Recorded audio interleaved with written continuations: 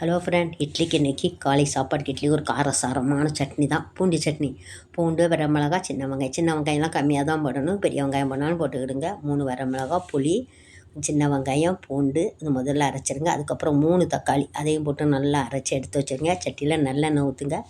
கடுகு, உளுத்தம்பருப்பு போட்டு கருவேப்பிலை போட்டு தாளித்து ஊற்ற வேண்டியதுதான். அப்புறம் அரைச்சி வச்சிருந்ததை ஊற்றுங்க. மிக்சியையும் கொஞ்சம் கழுவி ஊற்றணும் பார்த்துக்கிடுங்க.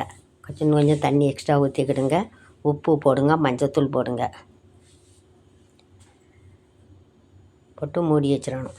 இப்போ நல்லா கொதித்து நல்லா பாதி வச்சிட்டு பற்றிலாம் கொஞ்சோண்டு வெல்லம் போடுங்க. வெல்லம் போட்டு கொஞ்சம் இன்னும் மூடி வச்சுருங்க.